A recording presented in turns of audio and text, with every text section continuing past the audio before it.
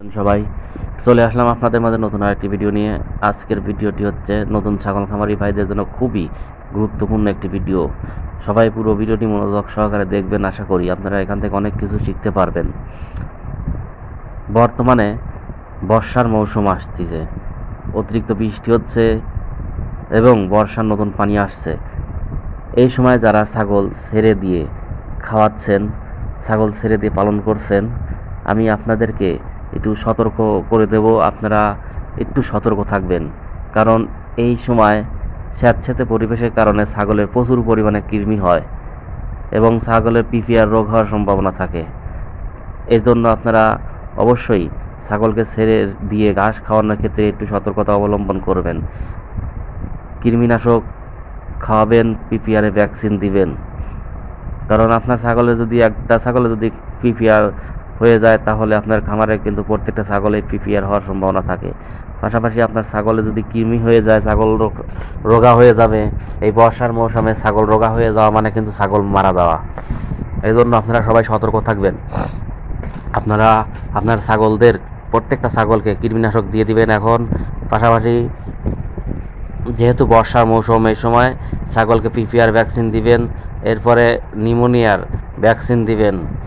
তাহলে আপনার ছাগলের পিপিআর আক্রান্ত হবে না এবং আপনার ছাগলকে যদি কৃমিনাশক খাওয়ান, আপনার ছাগল কৃমিতে আক্রান্ত হবে না। আপনার ছাগলের কৃমি হয়েছে এটা আপনি বুঝবেন কিভাবে? কি কি লক্ষণ থাকলে আপনি ছাগলের কৃমি হয়েছে বুঝবেন?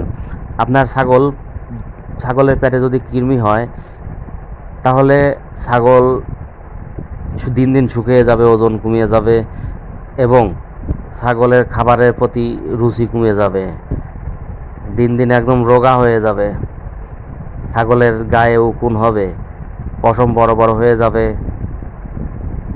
এই সকল লক্ষণ যদি পান, তাহলে ভাববেন, বুঝে নেবেন যে আপনার ছাগলে কৃমি হয়েছে। কৃমি, ফিতা কৃমি আছে, গোল কৃমি আছে, কলিজা কৃমি আছে। আপনাদেরকে অবশ্যই এই মৌসুমে এসে ছাগলকে অবশ্যই কৃমিনাশক দিতে হবে। আপনাকে 3 ধাপে কৃমিনাশক দিতে হবে। প্রথমবার যখন কৃমিনাশক দিবেন, এরপরে কৃমিনাশক খাওয়ানোর পরে আপনি লিভার টনিক খাওয়াবেন।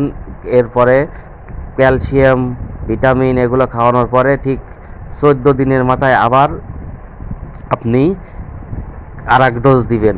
দেওয়ার পরে এরকম লিভার টনিক খাওয়াবেন, ভিটামিন, তারপরে ক্যালসিয়াম এগুলো খাওয়ানোর পরে ঠিক 21 দিন পরে আবার হাই বুস্টার ডোজ মারবেন। তাহলে আপনার ছাগলের কৃমি কখনোই ভিতরে থাকবে না। কারণ এক ডোজ দিলে দেখা যায় যে অনেক সময় কৃমিগুলো সম্পূর্ণ মরে না, সম্পূর্ণ নষ্ট হয় না। এই জন্য আপনাকে পরপর 3 বার খাওয়ালে আর কৃমি বাঁচার কোনো চান্স থাকে না। তো আপনারা যারা নতুন ছাগল পালন করছেন, অনেকেই এই সমস্যায় ভুগছেন। আমি এই জন্য আপনাদেরকে এই পরামর্শগুলো দিলাম। আপনারা যদি এই সকল নিয়ম মেনে চলেন, আপনাদের ছাগলের খামারে কখনোই লস হবে না, আপনাদের ছাগল কখনোই খাবারে অরুচি হবে না, ছাগল কখনোই রোগা হবে না।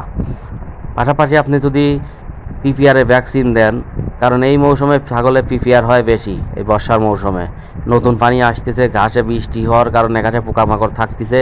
এই ঘাস ছাগল খাওয়ার কারণে জীবাণু পেটে চলে যাচ্ছে, আর এই জীবাণু পেটে চলে যাওয়ার কারণে ছাগলের পিপিআর হচ্ছে।